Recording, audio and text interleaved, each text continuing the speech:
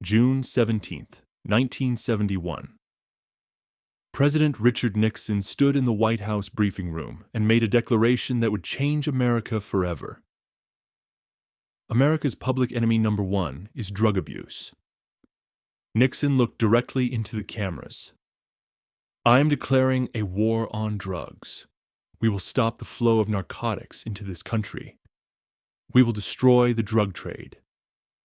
Across the country, 250 million Americans watched. The government was finally going to fight back against the drug epidemic. But 2,000 miles south, in Medellin, Colombia, a 21-year-old man named Carlos Lehder was watching the same broadcast. And Carlos was smiling. Because while Richard Nixon was declaring war on drugs, Carlos Lehder was planning the biggest drug smuggling operation in history. Nixon created the DEA. Carlos created Norman's K. Nixon launched the war on drugs. Carlos made billions selling drugs during that war. And when Nixon fell from power in the Watergate scandal of 1974, Carlos's empire rose. This is the story of how Richard Nixon's war on drugs accidentally created the perfect conditions for Carlos Lehder to build a cocaine empire. To understand how Richard Nixon helped Carlos Lehder build an empire, you need to understand Nixon's war on drugs. In the late 1960s, America was in crisis. The Vietnam War was tearing the country apart. Every night, Americans watched body bags coming home on television. Protests filled the streets. The counterculture movement, hippies, rock music, civil rights demonstrations, was challenging everything traditional Americans believed in. And everywhere Nixon looked, he saw drugs. Marijuana at college campuses, LSD at music festivals, heroin in inner cities. Young Americans were experimenting with drugs in record numbers. A 1969 study found that 25% of college students had tried marijuana. That number terrified Nixon. Nixon saw this as more than a health crisis. He saw it as a threat to American society, to law and order, to his vision of America. But Nixon also saw something else, a political opportunity, because Nixon understood something that most politicians didn't. Fear is the most powerful political tool. If Nixon could make Americans afraid of drugs, he could position himself as the strong leader who would protect them. If he could link drugs to his political enemies, anti-war protesters, civil rights activists, counterculture youth, he could criminalize opposition. So on June 17, 1971, Nixon stood in the White House briefing room. Television cameras from every major network were pointed at him. Nixon looked directly into the cameras and said, "America's public enemy number one in the United States is drug abuse. In order to fight and defeat this enemy, it is necessary to wage a new, all-out offensive." He paused for effect. "I am announcing today a comprehensive new program to fight drug abuse. This will be a worldwide offensive dealing with the problems of sources of supply, as well as Americans who may be stationed abroad, wherever they are in the world." Nixon's speech was broadcast live across America. Millions of people watched, and most of them believed him. The government was finally going to solve the drug problem. If you remember watching Nixon's speech in 1971, smash that subscribe button and drop a comment about where you were that day. But behind the scenes, Nixon had a different agenda. We know this because in 1994, 20 years after Nixon resigned, one of his top domestic policy advisors, John Ehrlichman, gave an explosive interview to journalist Dan Baum. Ehrlichman admitted, the Nixon campaign in 1968 and the Nixon White House after that had two enemies: the anti-war left and black people. You understand what I'm saying? We knew we couldn't make it illegal to be either against the war or black, but by getting the public to associate the hippies with marijuana and blacks with heroin, and then criminalizing both heavily, we could disrupt those communities. We could arrest their leaders, raid their homes, break up their meetings, and vilify them night after night on the evening news. Did we know we were lying about the drugs?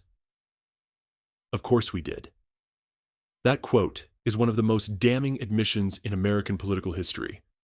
The war on drugs wasn't really about drugs. It was about political control. It was about criminalizing Nixon's enemies. And that political agenda created unintended consequences, massive consequences, consequences that Carlos Lehder would exploit. On July 1st, 1973, 2 years after Nixon's declaration, the Drug Enforcement Administration was born.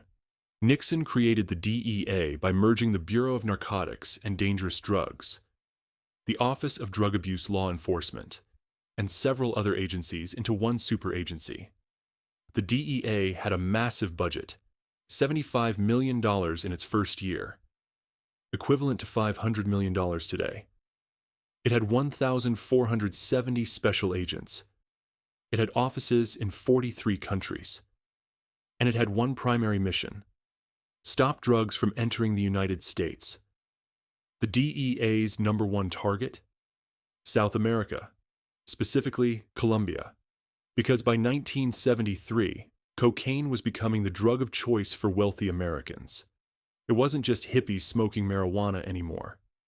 Now celebrities, Wall Street bankers, politicians, doctors, successful people were snorting cocaine at parties. Cocaine was expensive, exclusive, a status symbol, and almost all of it came from Colombia.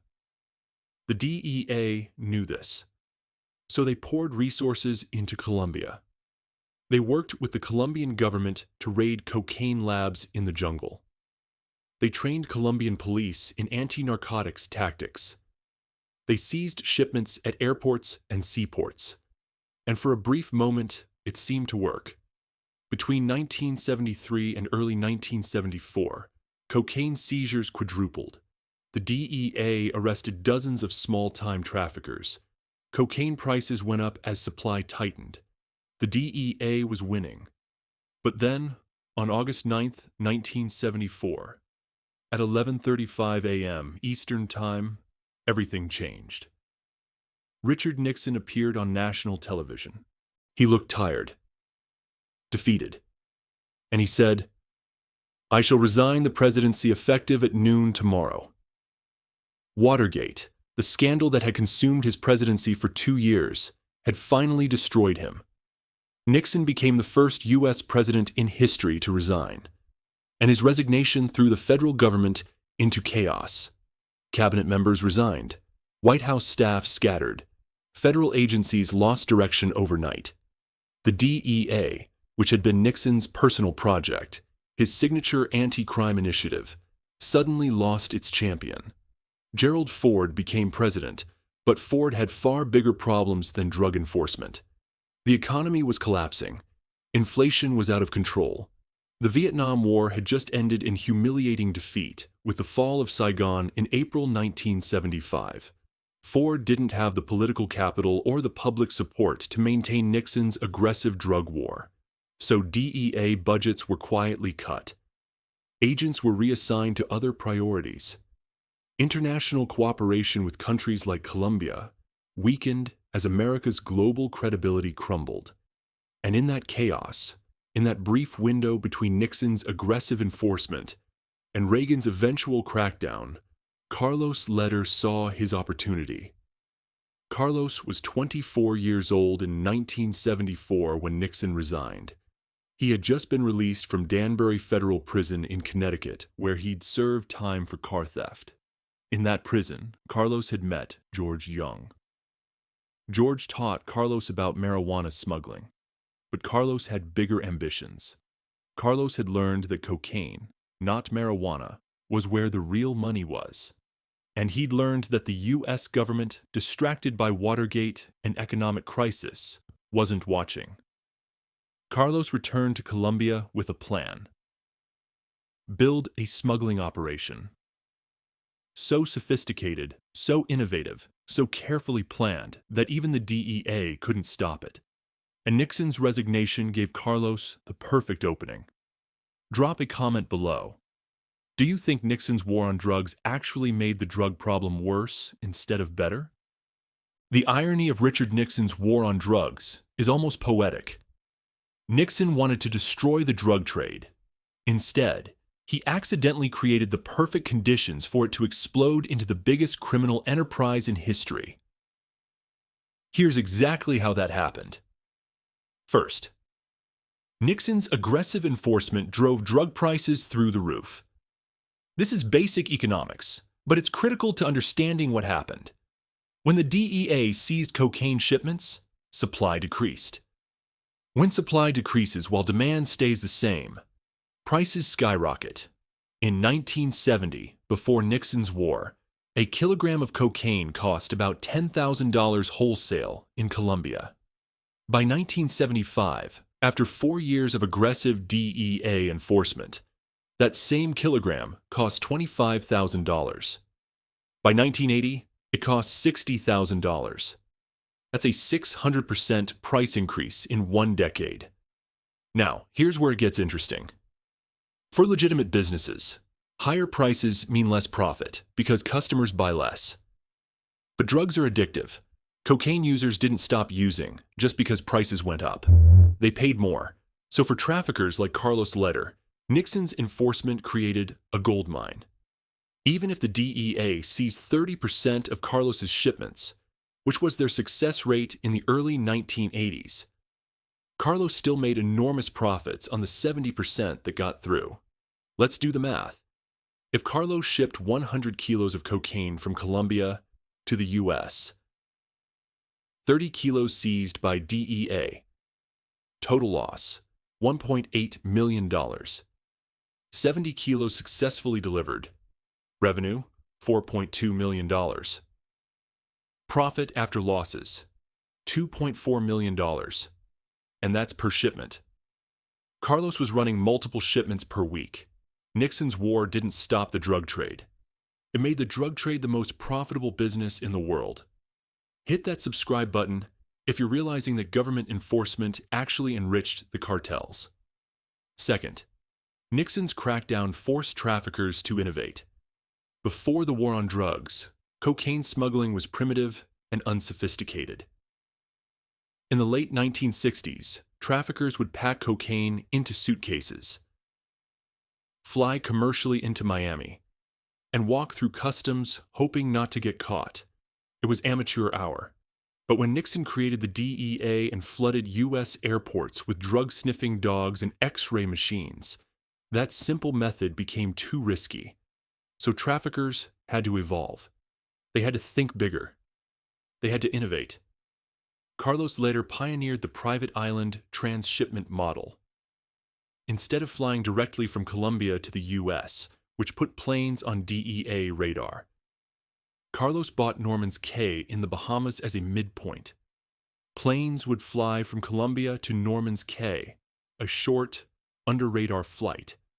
They'd refuel on the island. Then they'd fly from the Bahamas to Florida, a short flight that looked like normal island-hopping traffic. This two-step system was brilliant. It exploited a geographic loophole in DEA surveillance, and it only existed because Nixon's enforcement made direct flights too dangerous. Other traffickers innovated in different ways. Pablo Escobar built submarines, actual submarines, to move cocaine underwater. The Cali cartel hid cocaine in shipping containers of legitimate exports like coffee and flowers. Mexican cartels dug tunnels under the U.S.-Mexico border. Every single one of these innovations was a response to Nixon's enforcement. The war on drugs didn't stop trafficking. It forced traffickers to become more sophisticated, harder to catch, and more profitable. Third, Nixon's war corrupted the very people meant to fight it. When you declare war on drugs, you create massive budgets for enforcement.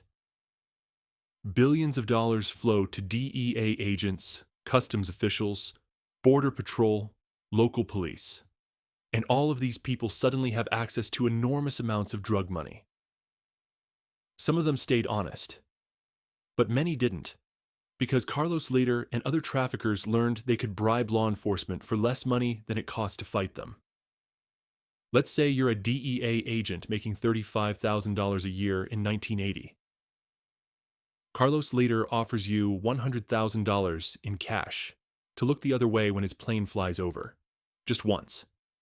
Nobody gets hurt. Nobody even knows. What do you do? Many agents said yes.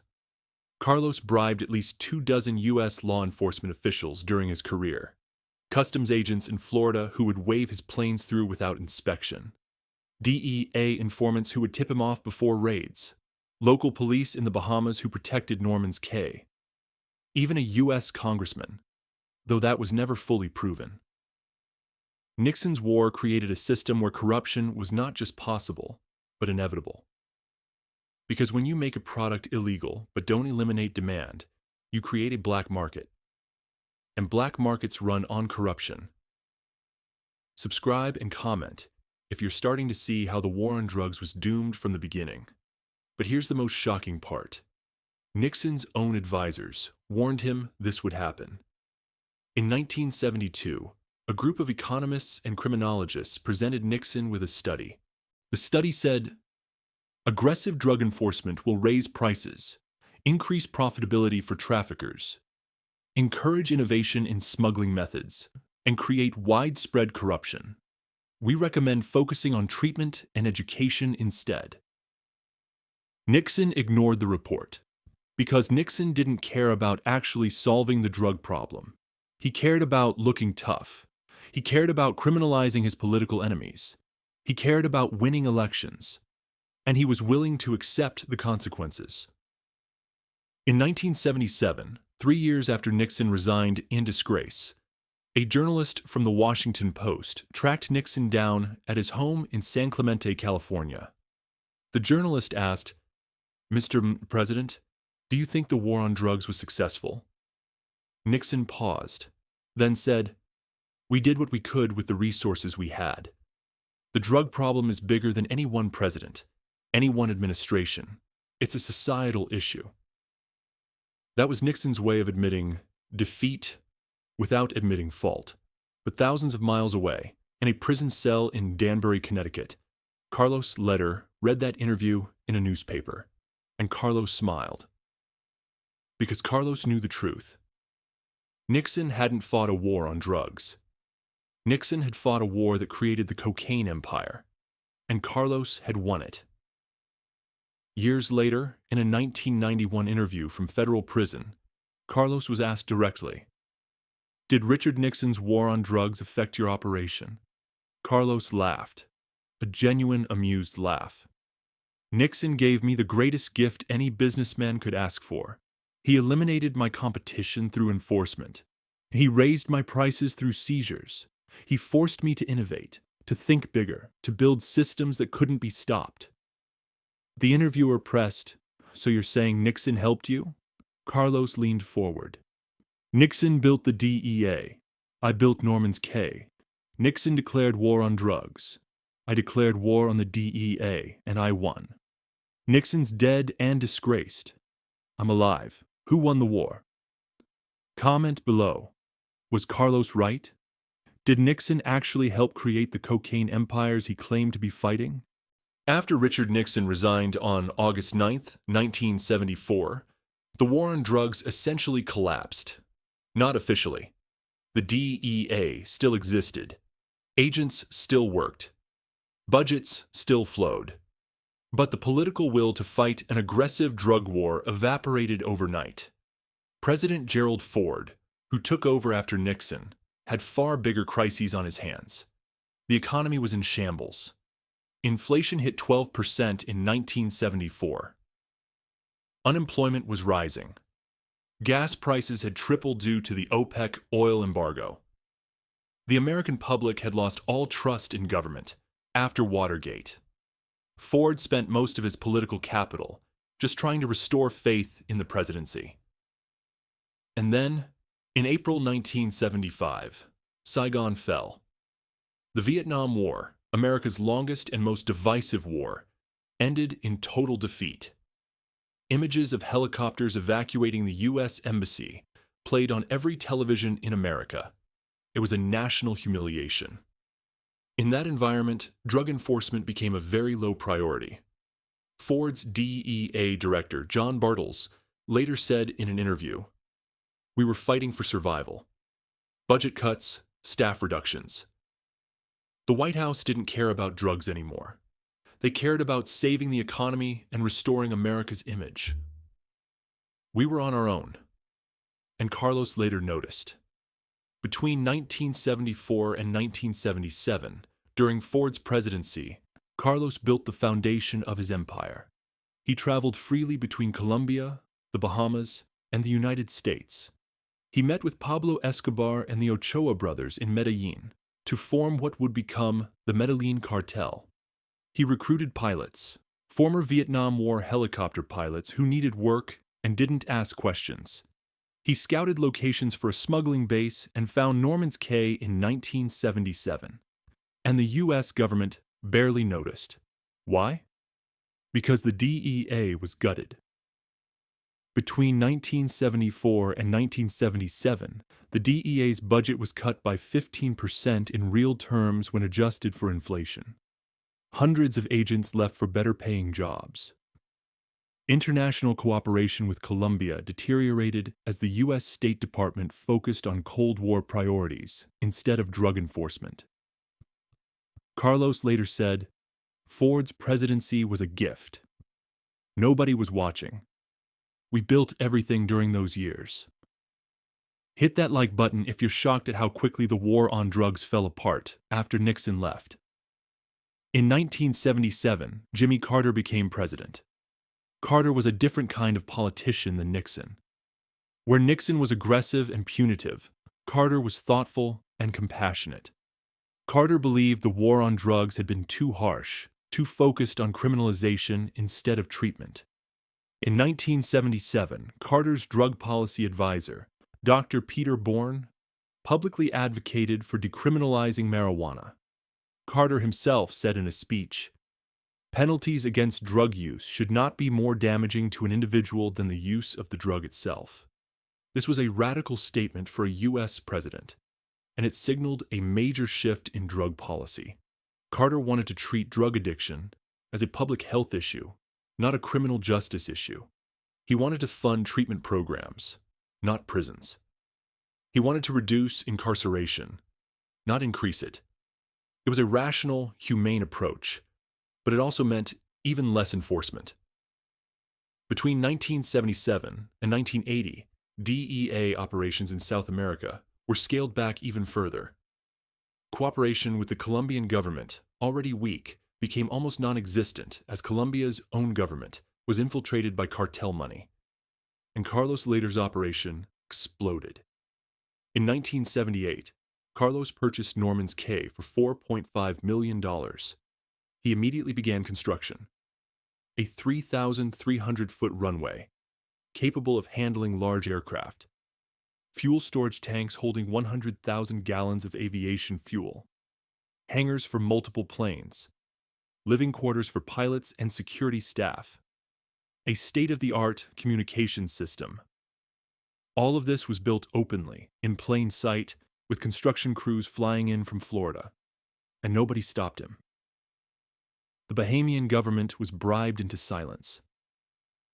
The US DEA knew something was happening on Norman's Cay, but they didn't have the resources or political support to investigate. By 1979, Norman's Cay was fully operational. Carlos was flying 50 to 60 flights per month. Each flight carried 500 to 1,000 kilograms of cocaine. Do the math. 50 flights times 500 kilos equals 25,000 kilos per month. 25,000 kilos times 12 months equals 300,000 kilos per year. 300,000 kilos times $60,000 per kilo equals $18 billion in annual revenue. Even after accounting for costs, losses, and bribes, Carlos was clearing $300 million per month in profit, all during Jimmy Carter's presidency. All during a period when the U.S. government was supposedly fighting a war on drugs. Carlos later said in an interview, "Carter was the best president a cocaine trafficker could ask for. His people didn't care about us. They had bigger priorities: Iran, inflation, oil. We were invisible, and invisible is exactly what we wanted to be. In November 1979, something happened that would change everything. Iranian students seized the U.S. Embassy in Tehran and took 52 Americans hostage. The Iran hostage crisis consumed Carter's presidency for the next 444 days. Every night, Americans watched news coverage of the crisis. Walter Cronkite ended every CBS evening news broadcast by saying, "And that's the way it is. Day number of the Iran hostage crisis." Carter's approval ratings collapsed. The economy continued to worsen, and drug enforcement became completely irrelevant. Carlos's empire reached its absolute peak in 1980. He was moving 300 tons of cocaine per year. He personally made over $3 billion that year. He owned a private island, a fleet of planes, homes in multiple countries, and had corrupted officials at every level of government in 3 nations. Richard Nixon's war on drugs, launched with such fanfare in 1971, had completely failed. Not only failed, but backfired spectacularly. Subscribe right now because what happens in 1981 proves that even tough enforcement can't win an unwinnable war. In November 1980, Ronald Reagan was elected president in a landslide. Reagan promised to restore America's strength, to fight crime aggressively, to bring back law and order. And one of his first priorities was drugs. Reagan said, "We're taking down the surrender flag that has flown over so many drug efforts. We're running up a battle flag." In 1982, Reagan declared his own war on drugs. He increased DEA funding by 50%. He created new task forces to target major trafficking organizations. He signed treaties with Caribbean nations, including the Bahamas, to increase cooperation. And he specifically named the Medellin cartel, including Carlos Lehder, as priority targets. By 1983, the pressure on Norman's Cay became unbearable. The Bahamian government, under intense U.S. pressure and facing aid cutoffs, finally shut down Carlos's island operation. Carlos was forced to flee Norman's Cay. His billion-dollar smuggling infrastructure was dismantled. It seemed like Reagan's tough approach was working where Nixon's and Carter's had failed. But here's the reality. Carlos had already made his billions. He'd already established the Medellin cartel as the most powerful criminal organization in the world. And shutting down Norman's Cay didn't stop the cocaine trade. It just moved it to new routes. The Mexican cartels took over smuggling through the U.S.-Mexico border. Other Colombian traffickers used different Caribbean islands. Some used submarines. The cocaine kept flowing. Reagan's war on drugs faced the exact same problems Nixon's had. Higher enforcement raised prices and profits. Aggressive tactics forced innovation. Massive budgets created corruption opportunities. And demand never decreased. By 1985, cocaine use in America was actually higher than it had been in 1981 when Reagan started his war. The war on drugs, whether led by Nixon, Ford, Carter, or Reagan, couldn't win, because it was fighting supply while ignoring demand, and you can't win that fight. Comment below, could any president have won the war on drugs, or was it impossible from the start? So what is Richard Nixon's legacy in the war on drugs? It's complicated, dark, and ongoing. Nixon launched a war he couldn't win. He created a system that enriched the very criminals he claimed to be fighting. He pushed cartels to become more sophisticated, more violent, more powerful, and he inadvertently helped Carlos Lehder build a billion-dollar empire. But Nixon's impact goes far beyond Carlos Lehder. Nixon's war on drugs changed the fabric of American society in ways we're still dealing with today. Over the past 50-plus years since Nixon's declaration, the United States has spent over $1 trillion, that's trillion with a T, on drug enforcement. That's more than the entire GDP of most countries. And what did that $1 trillion accomplish? Drugs are more available today than they were in 1971. Cocaine, heroin, methamphetamine, and fentanyl are cheaper and more potent than ever before. According to DEA statistics, cocaine purity today averages 75%, compared to 30 to 40% in the 1970s. Prices have dropped dramatically when adjusted for inflation. In 1980, a gram of cocaine cost $100. Today, adjusted for inflation, that should cost $350. But it actually costs about $80.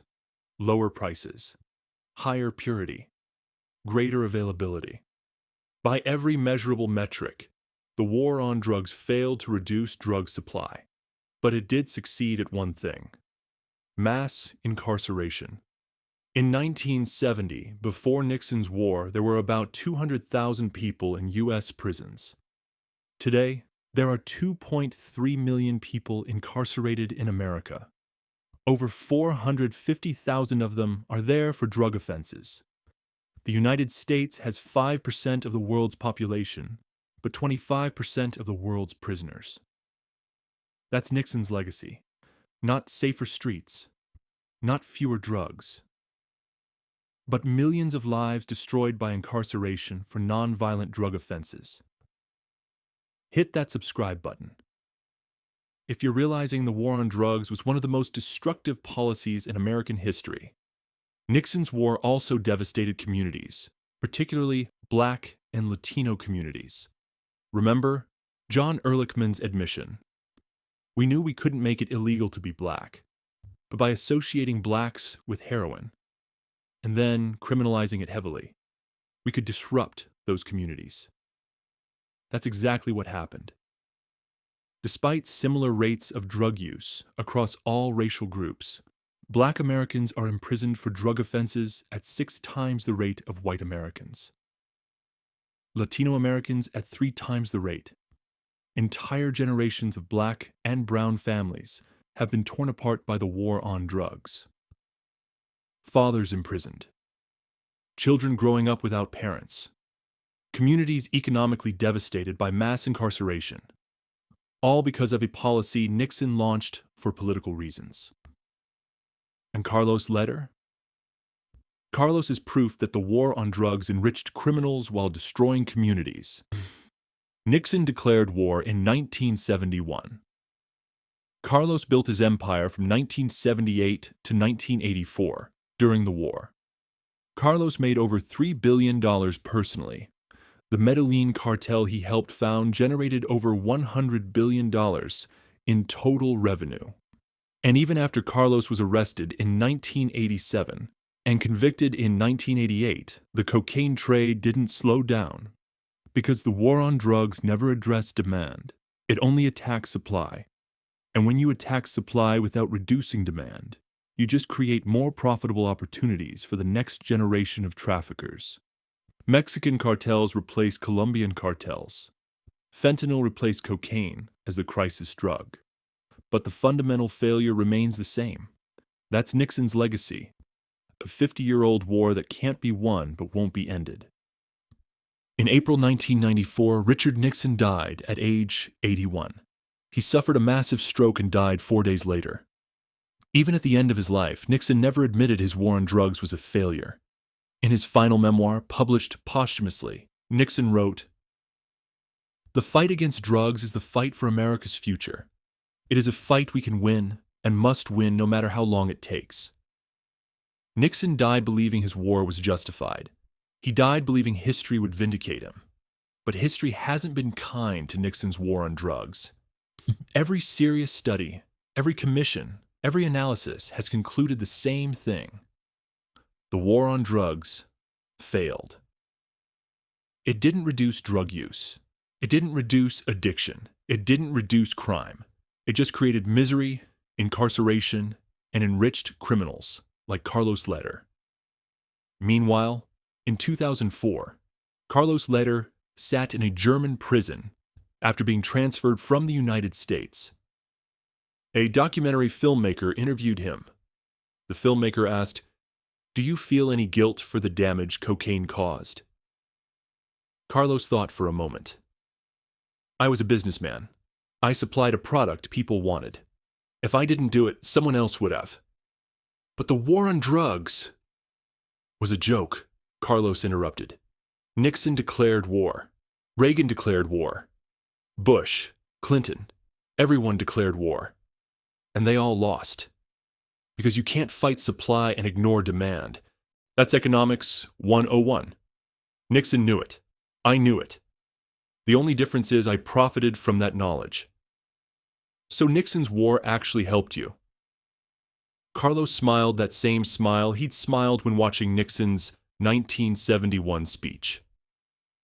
Nixon created the game. He set the rules. He determined the players. And then he lost. I won. History will remember that. In 2020, Carlos Lehder was released from prison after 33 years. He was 70 years old. He was deported to Germany and disappeared into obscurity. Today, at 74, Carlos lives somewhere in freedom while millions of non-violent drug offenders remain in American prisons. That irony, that bitter, dark irony, is Nixon's true legacy. Subscribe one final time if this story made you question everything you thought you knew about the war on drugs. This is the story of Richard Nixon and Carlos Lehder, a president who declared a war to gain political power, and a drug lord who built an empire during that war. Nixon wanted to look tough on crime. Instead, he created the conditions for the biggest crime wave in history. Carlos wanted to get rich, and Nixon accidentally gave him the blueprint. Rest in complicated legacy, Richard Nixon. 1913 to 1994. You started a war that's still being fought. A war that's still being lost. A war that destroyed millions of lives and enriched thousands of criminals. Your war on drugs didn't make America safer. It made America a prison state. And Carlos Lehder, 74 years old, living in freedom somewhere in the world, you beat Nixon's war. You made billions while Nixon's policies destroyed communities. You survived 33 years in prison and walked free. You won? Subscribe now for more untold stories about how government policies create the very problems they claim to solve. Because Richard Nixon's war on drugs didn't stop Carlos Lehder. It created him. And 53 years later, that war still rages on, unwinnable, endless, destructive. That's Nixon's legacy. The end.